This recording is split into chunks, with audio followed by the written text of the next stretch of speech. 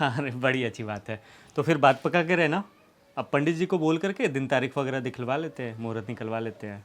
हाँ हाँ बिल्कुल किया जाए, पर हम लोग दहेज के नाम पर कुछ भी नहीं देंगे। अरे आप ये क्या बोल रही हैं? दहेज जैसा मैंने कुछ मांगा है क्या? पर जब आपने बात छेड़ ही दिया है ना, तो मेरा भी सुन लीजिए। आप लोग ना लड़का नहीं, नोट छापने की मशीन ढूंढते हो।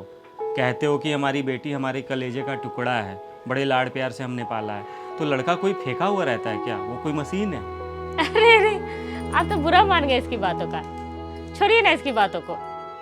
क्या है कि हमारी बेटी में सब गुण है, बोले तो सर्वगुण संपन्न है। बस उसे घर का काम और खाना बनाना नहीं आता। क्या है कि बचपन से बड़ा लाड प्यार से पाला है हमने उसे। अरे वाह, लड़की सर्वगुण संपन्न है, ये तो बड़ी अच्छी बात है। और क्या चाहिए हमें? अब खाना बनाना नहीं आता, घर का कामकाज नहीं आता, तो कोई बड़ी बात नहीं है, शादी के बाद सीख लेगी। पर देखिए, दहेज तो लड़की वाले भी मांगते हैं।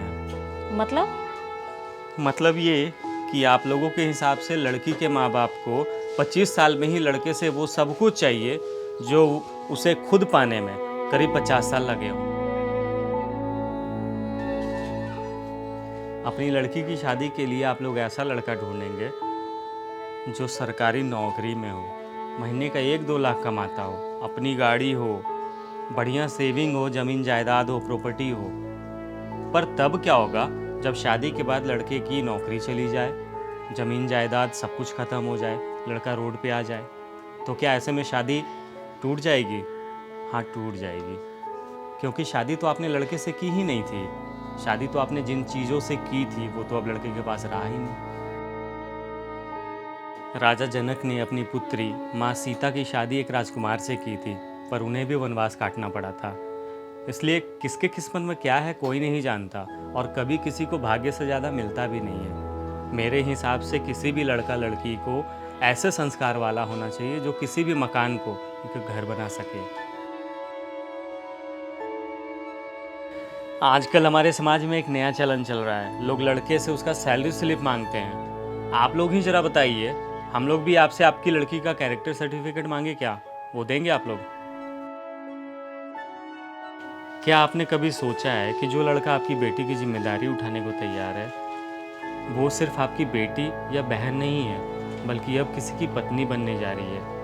इसलिए सभी लड़कों की तरह हर लड़के को जज करना छोड़ दीजिए। मैंने समाज में कुछ लड़के ऐसे भी देखे हैं जो खुद भूखा रह लेंगे, लेकिन अपनी पत्नी, अपने परिवार को कभी भूखा सोने नहीं देंगे, वो भी उन्हें बिना बताए। कोई भी लड़का सिर्फ शादी नहीं करता है, बल्कि शादी के बाद 2 जीवन जीता है, जहाँ अपनी पत्नी और परिवार को, माता पिता को बैलेंस करके उसे चलना पड़ता है, और वहीं ठीक दूसरी तरफ ससुराल को भी लेकर के चलना पड़ता है। मैडम, समय बदलते किसी ने नहीं देखा है।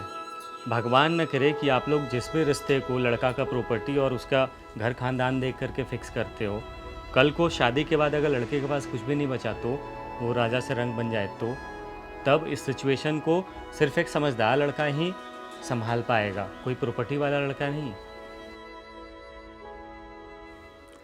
सच तो ये है कि आजकल कुछ लोगों ने शादी ब्याह को भी एक बिज़नेस बना दिया है, जहाँ पर लोग शादी सिर्फ लड़का लड़की के रिश्ते के लिए नहीं करते हैं, बल्कि वो सिर्फ एक समझौता होता है, जहाँ पर लोग अहमियत सिर्फ पैसों को देते हैं, रुतबे को देते हैं।